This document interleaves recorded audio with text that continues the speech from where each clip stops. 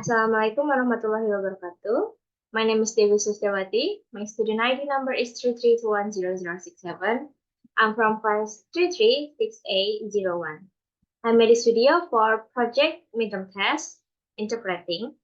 So I chose video 1 and video 6.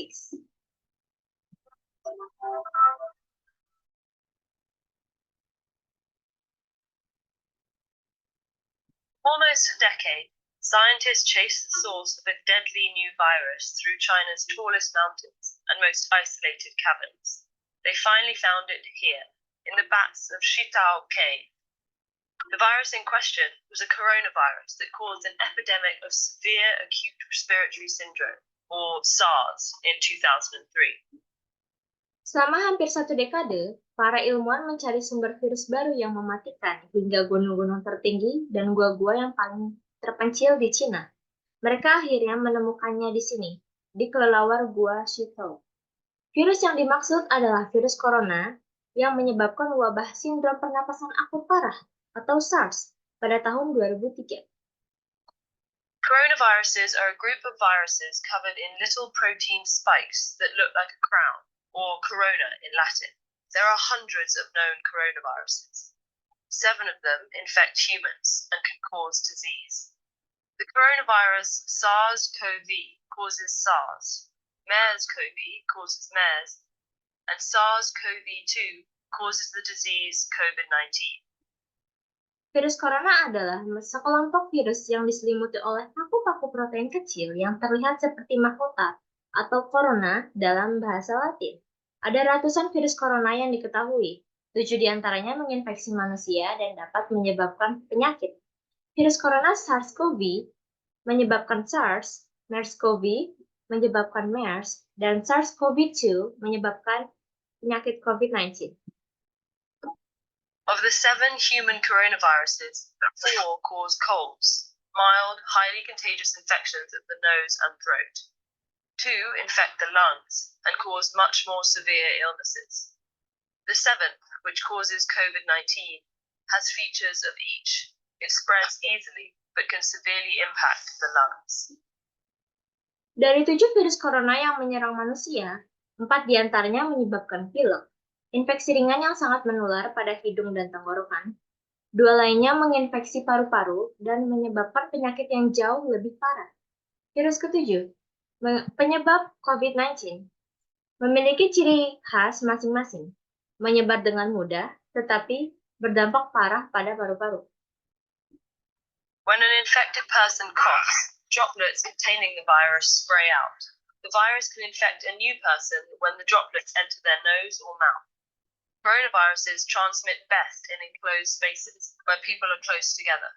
Cold weather keeps their delicate casing from drying out, enabling the virus to survive for longer between hosts, while UV exposure from sunlight may damage it. Ketika orang yang terinfeksi batuk, tetesan liur yang mengandung virus menyembur keluar. Virus dapat menginfeksi orang baru ketika tetesan liur tersebut masuk ke dalam hidung atau mulut mereka.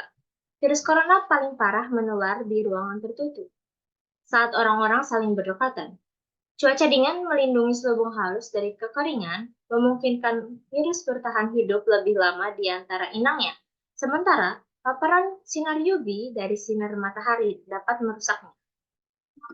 These seasonal variations matter more for established viruses, but because no one is yet immune to a new virus, it has so many potential hosts that it doesn't need ideal conditions to spread. In the body, the protein spikes embed in the host cells and fuse with them, enabling the virus to hijack the host cell's machinery to replicate its own genes. Variasi musiman ini lebih penting untuk virus yang sudah umum. Namun, karena belum ada orang yang kebal terhadap virus baru, begitu banyak inang potensial sehingga tidak memerlukan kondisi ideal untuk menyebar. Di dalam tubuh, protein berbentuk paku tertanam di dalam sel inang dan menyatu dengannya, memungkinkan virus untuk membajak perlengkapan sel inang untuk mereplikasi gennya sendiri. Coronaviruses store their genes on RNA. All viruses are either RNA viruses or DNA viruses. RNA viruses tend to be smaller, with fewer genes, meaning they infect many hosts and replicate quickly in those hosts. In general, RNA viruses don't have a proteomic mechanism, whereas DNA viruses do. So when an RNA virus replicates, it's much more likely to have mistakes called mutations. Many of these mutations are useless or even harmful, but some make the virus better suited for certain environments, like a new host species. Virus corona menyimpan gennya di RNA. Semua virus hanya berjenis virus RNA atau DNA. Virus RNA cenderung lebih kecil, dengan lebih sedikit gen. Artinya, mereka menginfeksi banyak inang dan mereplikasi dengan cepat pada inang tersebut. Secara umum, virus RNA tidak memiliki mekanisme koreksi seperti virus DNA miliki, sehingga ketika virus RNA mereplikasi, kemungkinan besar terjadi kesalahan yang disebut dengan mutasi. Banyak dari mutasi ini tidak berguna atau bahkan berbahaya. Tetapi, sebagian di antaranya membuat virus lebih cocok untuk lingkungan tertentu, seperti spesies inang yang baru. Epidemics often occur when a virus jumps from animals to humans. This is true of the RNA viruses that cause the Ebola, Zika, and SARS epidemics, and the COVID-19 pandemic. Once in humans, the virus still mutates, usually not enough to create a new virus, but enough to create variations or strains of the original one. Coronaviruses have a few key differences from most RNA viruses. They're some of the largest, meaning they have the most genes. That creates more opportunity for harmful mutations. Epidemi sering muncul ketika virus berpindah dari hewan ke manusia. Hal ini terjadi pada virus RNA yang menyebabkan wabah Ebola, Zika, dan SARS, serta pandemi COVID-19. Setelah berada di dalam tubuh manusia, virus masih bermutasi. Biasanya tidak cukup untuk menghasilkan virus baru, tetapi cukup untuk menciptakan variasi dari virus aslinya. Virus corona memiliki beberapa perbedaan utama dari kebanyakan virus RNA. Virus ini termasuk yang terbesar. Artinya, mereka memiliki gen paling banyak. Hal ini menciptakan lebih banyak kesempatan untuk mutasi yang berbahaya. To counteract this risk, coronaviruses have a unique feature, an enzyme that checks for replication errors and corrects mistakes. This makes coronaviruses much more stable, with a slower mutation rate than other RNA viruses. While this may sound formidable, the slow mutation rate is actually a promising sign when it comes to disarming them. After an infection, our immune systems can recognize germs and destroy them more quickly if they infect us again, so they don't make us sick. Untuk mengatasi risiko ini, virus corona memiliki fitur unik, enzim yang memeriksa kesalahan replikasi dan memperbaikinya. Hal ini membuat virus corona jauh lebih stabil, dengan tingkat mutasi yang lebih rendah daripada virus RNA lainnya. Meskipun ini mungkin terdengar menakutkan, tingkat mutasi yang rendah sebenarnya merupakan tanda yang menjanjikan dalam menaklukkan virus ini. Setelah infeksi, sistem kekebalan tubuh kita dapat mengenali kuman dan menghancurkan lebih cepat jika mereka tersebut menginfeksi kita lagi, sehingga tidak membuat kita sakit. The mutations can make a virus less recognizable to our immune system, and therefore more difficult to fight off. They can also make antiviral drugs and vaccines less effective, because they're tailored very specifically to a virus. That's why we need a new flu vaccine every year. The influenza virus mutates so quickly that new strains pop up constantly. Tetapi, mutasi dapat membuat virus kurang dikenali oleh sistem kekebalan tubuh kita. Dan karena itu lebih sulit untuk dilawan. Mutasi juga dapat membuat obat antivirus dan vaksin kurang efektif. Karena obat dan vaksin tersebut dirancang secara khusus untuk suatu virus. Itulah mengapa kita perlu vaksin flu baru setiap tahun. Virus influenza bermutasi dengan sangat cepat sehingga jenis baru terus bermunculan. The slower mutation rate of coronaviruses means our immune systems, drugs, and vaccines might be able to recognize them for longer after infection, and therefore protect us better. Still, we don't know how long our bodies remain immune to different coronaviruses. There's never been an approved treatment or vaccine for a coronavirus. Tingkat mutasi virus corona yang lebih rendah berarti sistem kekebalan tubuh kita, obat-obatan, dan vaksin mungkin dapat mengenalinya lebih lama setelah terinfeksi, dan karena itu melindungi kita dengan lebih baik. Namun, kita tidak tahu berapa lama tubuh kita tetap kebal terhadap virus corona yang berbeda. Belum pernah ada pengobatan atau vaksin yang disetujui untuk virus corona. We haven't focused on treating the ones that cause colds. And though scientists began developing treatments for SARS and MERS, the epidemics ended before those treatments completed clinical trials. Kami belum berfokus pada pengobatan yang menyebabkan pilek, dan meskipun para ilmuwan mulai mengembangkan pengobatan untuk SARS dan MERS, wabah telah berakhir sebelum pengobatannya selesai diuji coba. As we continue to encroach on other animals' habitats, some scientists say a new coronavirus jumping to humans is inevitable. But if we investigate these unknowns, it doesn't have to be devastating. Students and teachers. Ketika kita terus melanggar batas habitat hewan lain, beberapa ilmuwan mengatakan bahwa perpindahan virus corona baru ke manusia tidak dapat dihindari. Tetapi jika kita menyelidiki hal-hal yang tidak diketahui ini, hal itu tidak harus menghancurkan.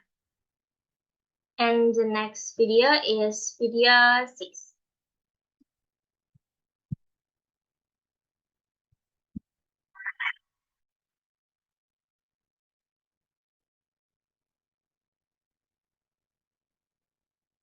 How many of you can speak more than one language? Berapa banyak dari Anda yang bisa berbicara lebih dari satu bahasa? Now keep your hands up if you can speak more than two. Sekarang, angkat tangan Anda jika Anda bisa berbicara lebih dari 2 bahasa. And how about three? Dan bagaimana dengan 3 bahasa? Alright, very impressive. Sangat mengesankan. But did you know that you actually could have easily learned 25 languages? It's true. This is a natural human phenomenon that any normal child born anywhere in the world is capable of learning any language that he or she is exposed to. And did you know that the languages that your child is exposed to before the age of 7, which is also known as the critical age period, are the only languages that he or she will be exposed to later in life? Tapi tahukah Anda bahwa sebenarnya Anda bisa dengan mudah mempelajari 25 bahasa? Memang benar, ini adalah fenomena alamiah manusia bahwa setiap anak normal yang lahir dimanapun di dunia ini mampu mempelajari bahasa apapun yang ia kenal. Dan tahukah Anda bahwa bahasa yang anak Anda pelajari sebelum usia 7 tahun, yang juga dikenal sebagai periode usia kritis, adalah satu-satunya bahasa yang akan ia pelajari di kemudian hari. Leonard Bloomfield said, "The acquisition of a language is doubtless the greatest intellectual feat that any one of us has ever required to perform." So I asked myself and some others in the overseas student program here, why do we learn languages? Leonard Bloomfield mengatakan bahwa penguasaan bahasa tidak diragukan lagi merupakan prestasi intelektual terbesar yang harus dilakukan oleh siapapun di antara kita. Jadi saya bertanya pada diri sendiri dan beberapa orang lain yang tergabung dalam program mahasiswa luar negeri di sini. Mengapa kita belajar bahasa? At first, we all learn language because we have to. As humans, we're designed to learn language just like we're designed to walk. There's simply no preventing it. But then there's some of us who actually do it for fun. We go through the struggle, we put in the effort, feeling wrong all the time. But we love it because the rewards are so great. It's awesome to speak another language, to carry it with you everywhere you go, to travel and communicate with people in their native language makes conversation so much more personal, and you actually get to enjoy more out of life because it gives you the opportunity to understand more music and movies and games from around the world. Pada awalnya, kita semua belajar bahasa karena kita terpaksa. Sebagai manusia, kita dirancang untuk belajar bahasa sama seperti kita dirancang untuk berjalan. Tidak ada yang bisa mencegahnya. Namun, ada beberapa dari kita yang melakukannya untuk bersenang-senang. Kita berjuang, kita berusaha keras, merasa salah setiap saat, tapi kita menyukainya karena imbalannya begitu besar. Sungguh luar biasa sungguh luar biasa berbicara dalam bahasa lain, membawanya kemanapun Anda pergi, berpergian dan berkomunikasi dengan orang-orang dalam bahasa asli mereka, membuat percakapan menjadi jauh lebih pribadi. Dan Anda benar-benar dapat menikmati hidup lebih banyak karena hal ini memberikan Anda kesempatan untuk memahami lebih banyak musik, film, dan permainan dari seluruh dunia. So I want to ask you another question. I want you all to think about this. If we started taking advantage of the amazing ability that children have to learn languages and the plethora of free language learning tools we have on our devices today, could we, by reducing language barriers, reduce other barriers in society? Which begs me to ask another question. What exactly are language barriers, and what do they do? Jadi, saya ingin mengajukan pertanyaan lain kepada Anda. Dan saya ingin Anda semua memikirkan hal ini. Jika kita mulai memanfaatkan kemampuan luar biasa yang dimiliki anak-anak untuk belajar bahasa dan banyaknya alat pembelajaran bahasa gratis yang kita miliki di perangkat kita saat ini, dapatkah kita dengan mengurangi hambatan bahasa, mengurangi hambatan lain dalam masyarakat? Hal ini mendorong saya untuk mengajukan pertanyaan lain. Apa sebenarnya kendala bahasa dan apa fungsinya? I know what some of you are thinking. You're at the dinner table, and you're between your mother, who's Russian, and your beautiful American girlfriend. And you're having a moment of realization that you've just hired yourself out as a translator.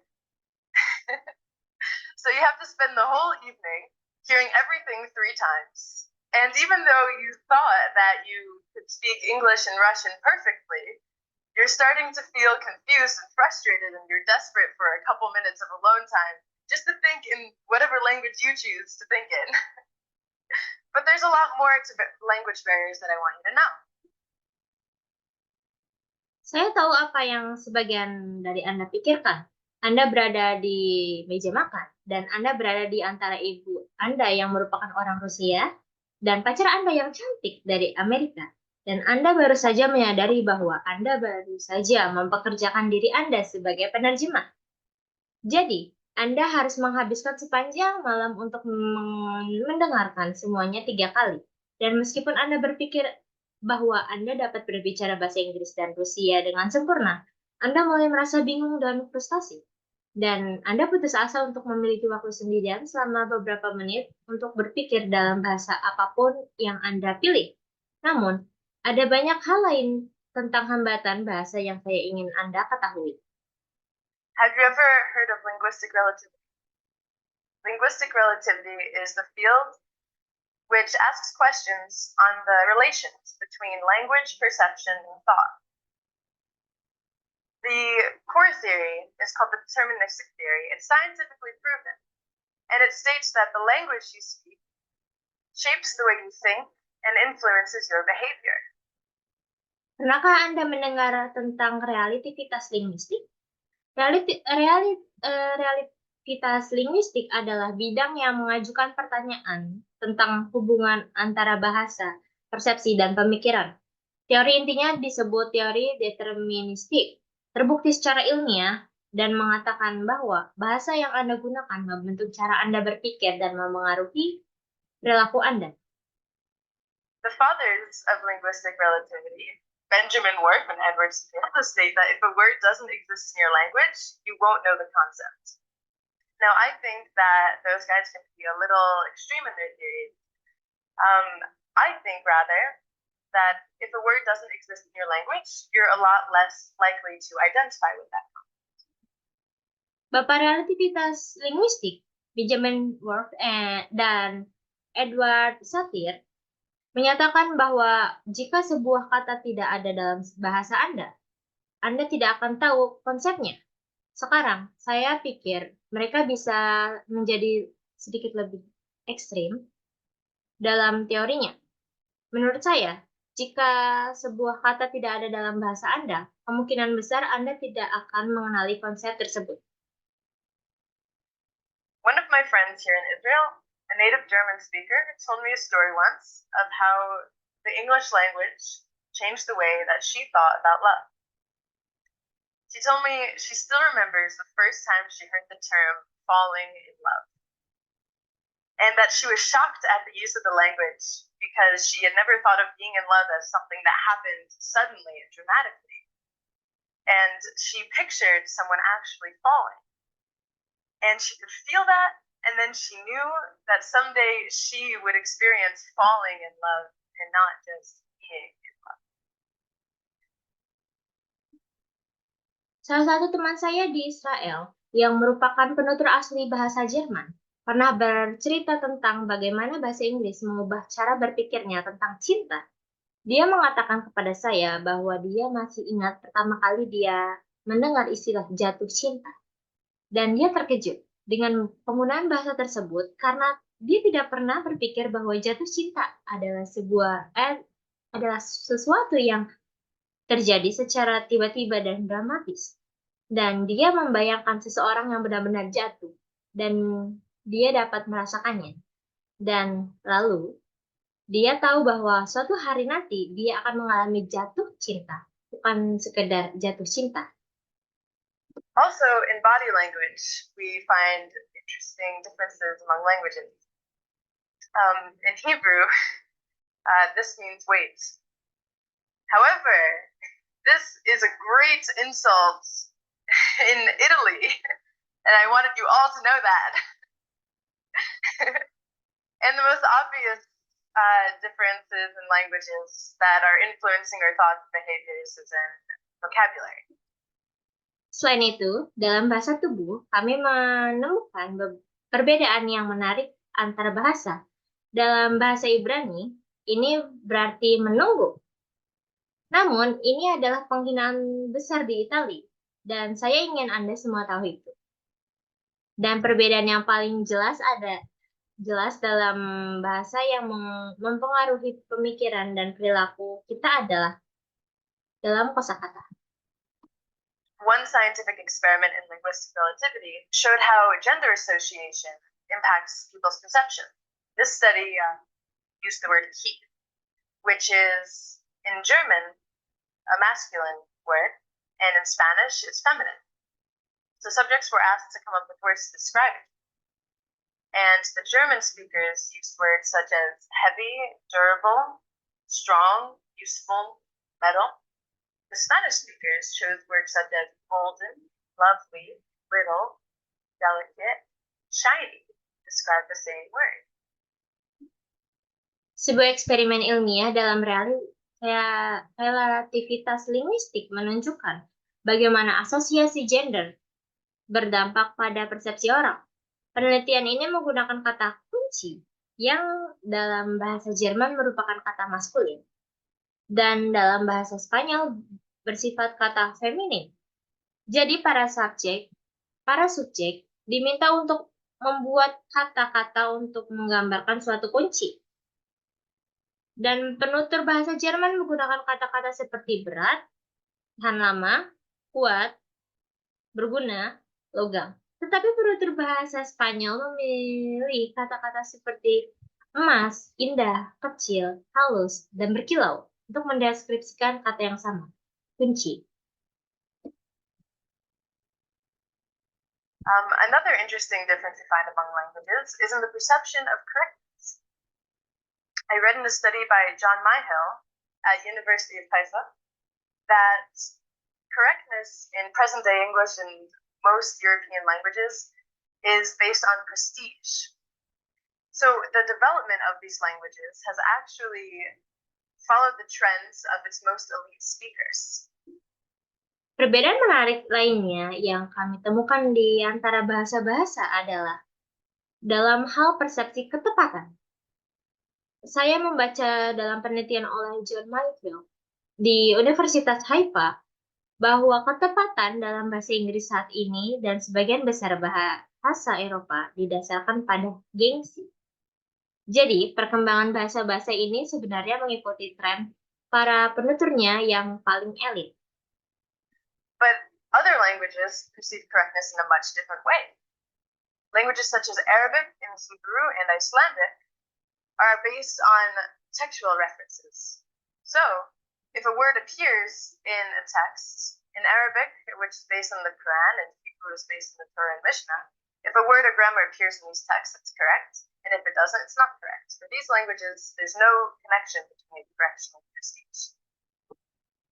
Namun, bahasa-bahasa lain memandang ketepatan dengan cara yang jauh berbeda. Bahasa-bahasa seperti Arab, Ibrani, dan Islandia didasarkan pada referensi tekstual. Jadi, jika sebuah kata muncul dalam sebuah teks dalam bahasa Arab yang didasarkan pada Al-Quran dan bahasa Ibrani didasarkan pada Taurah Mishnah, jika sebuah kata atau tata bahasa muncul dalam teks tersebut, maka kata tersebut benar, dan jika tidak, maka kata tersebut tidak benar. Untuk bahasa-bahasa ini, tidak ada hubungannya antara ketepatan dan gengsi. And there are many, many words in languages that don't appear anywhere else, such as stam in Hebrew, which can be translated into English as just kidding. But not really. It's a unique word to let someone know that you're not being serious. And halomot has how you say sweet dreams in Hebrew, but it actually translates directly as golden dreams. Dan ada banyak sekali kata-kata dalam bahasa yang tidak muncul di tempat lain, seperti storm, dalam bahasa Ibrani yang dapat diterjemahkan ke dalam bahasa Inggris sebagai hanya bercanda. Tetapi sebenarnya tidak. Ini adalah kata yang unik untuk memberitahu seseorang bahwa Anda tidak serius. Dan halamot paz adalah cara Anda mengatakan mimpi indah dalam bahasa Ibrani. Tetapi sebenarnya diterjemahkan secara langsung sebagai mimpi emas. And there's a word in German that I love called Fernweh, which dictionaries translate it as itchy. And it's the opposite of homesick. It describes the feeling that you need to travel. So when my German friend taught me this word, I thought, wow, how I wish that this word existed in my language. And I wondered that if we use such a word, how my experience of feeling like the only one in my family with a strong desire to see the world may have been different. Dan ada sebuah kata dalam bahasa Jerman yang saya sukai, yang disebut Fernweh, yang dalam kamus diterjemahkan sebagai kaki gatal, dan merupakan kebalikan dari rindu kampung halaman. Kata ini menggambarkan perasaan bahwa Anda perlu. Jadi, ketika teman Jerman saya mengajari saya kata ini, saya berpikir, wow, betapa saya berharap kata ini ada dalam bahasa saya. Dan saya membayangkan bahwa jika kami menggunakan kata tersebut, bagaimana pengalaman saya menjadi satu-satunya anak di keluarga saya yang memiliki keinginan kuat untuk melihat dunia. Mungkin akan berbeda. So a few weeks ago, after auditioning to be up here on the TED stage, I reached out to my psychology professor back in New York and asked him what he thought about linguistic relativity. And what he says explains the story of my friend and in terms of psychology and memory, what happened when she learned a new term about love.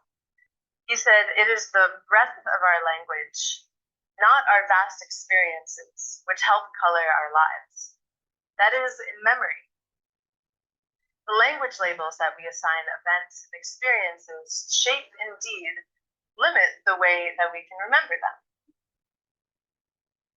Jadi, beberapa minggu yang lalu, setelah saya mengikuti audisi untuk tampil di panggung TEDx, saya menghubungi profesor psikologi saya di New York dan menanyakan pendapatnya tentang relativitas linguistik.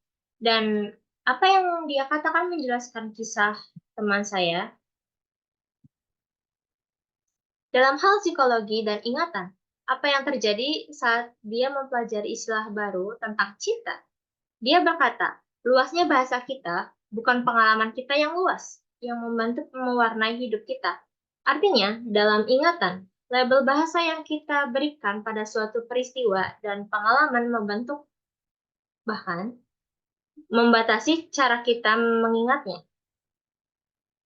For example, if the only positive emotion word we knew was happy, all positive memories are labeled as happy memories. And if they all fit in that happy bucket together, then their shared features, which make them labeled as happy, will be reinforced and at times amplified at the expense of their differences to allow for better access. This is because your mind categorizes everything with language labels so that it can reach for your memories as quickly as possible. And everything that you say and do, every decision you make, every conversation that you have, is just a consequence of some memories, right? Contohnya, jika satu-satunya kata emosi positif yang kita ketahui adalah bahagia, semua kenangan positif akan dilabeli dengan kenangan bahagia. Dan jika mereka semua cocok dalam kelompok bahagia tersebut, maka ciri-ciri bersama mereka yang membuat mereka dilabeli dengan bahagia akan diperkuat dan terkadang diperjelas dengan mengorbankan perbedaan mereka yang memungkinkan akses yang lebih baik. Hal ini karena pikiran Anda mengkategorikan segala sesuatu dengan label bahasa, sehingga dapat meraih ingatan Anda secepat mungkin. Dan semua yang Anda katakan dan lakukan, setiap keputusan yang Anda buat, setiap percakapan yang Anda lakukan, hanyalah konsekuensi dari beberapa kenangan tersebut, bukan? So in other words, your ability overall to access your memories is actually directly related to your breadth and knowledge of vocabulary. Because our languages are constantly changing, language barriers are just growing bigger and bigger. So what do you think, everyone? If we started taking advantage of children's amazing ability to learn languages and the plethora of free tools that we have to learn languages today, could we, by reducing language barriers, reduce other barriers in society?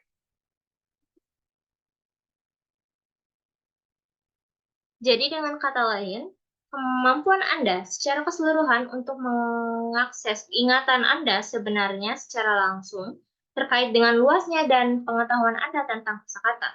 Karena bahasa kita terus berubah, hambatan bahasa semakin lama semakin besar. Jadi, bagaimana menurut Anda semua?